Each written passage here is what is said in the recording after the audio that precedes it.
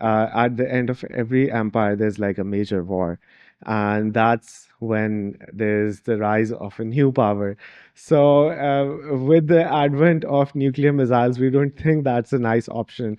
And in the game theory, there's something called the zero-sum game, in which neither one comes out alive. Everyone dies, and the economy dies, and everything's over in just a second.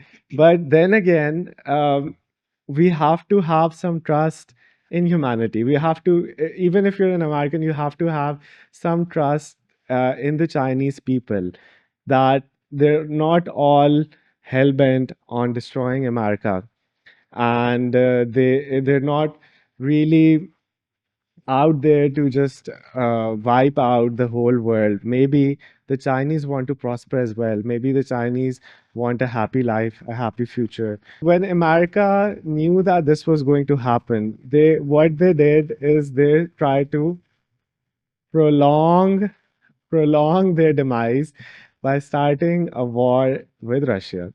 Because we're going to come to what's happening right now, but it's very important to understand that uh, America was losing its influence in Europe because there was this big Nord Stream pipeline which happened, and Germany and Russia spent like billions and billions of dollars creating this pipeline from Russia to Germany.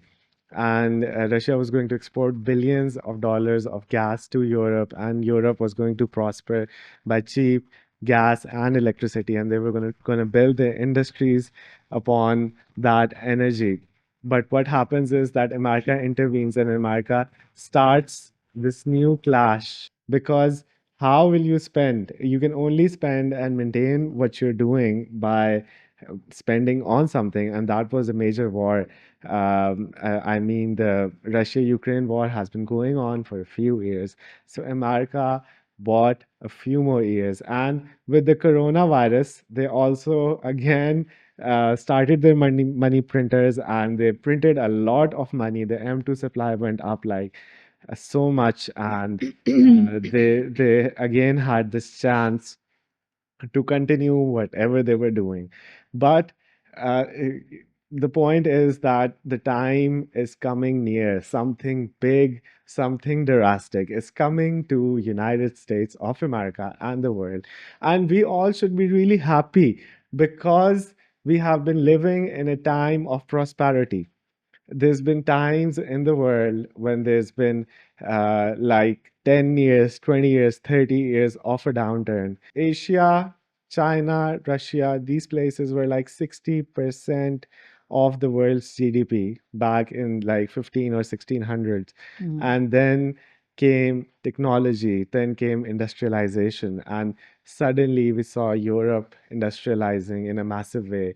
The British Empire and the Dutch Empire were the first ones to take advantage of all the steam engines and all the gunpowders and all the sophisticated weapons that they created. So the GDP transferred from the Asia. Asians to the British Empire, and the British Empire and the United States also became these giants, mega giants, and the British were also imperialist and colonist, and they conquered the whole world.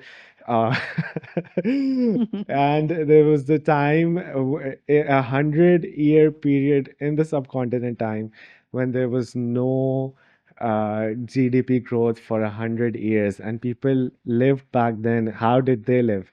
In today's world, where all of us are like uh, only happy when we are spending, and we want all the good things, nice things in life.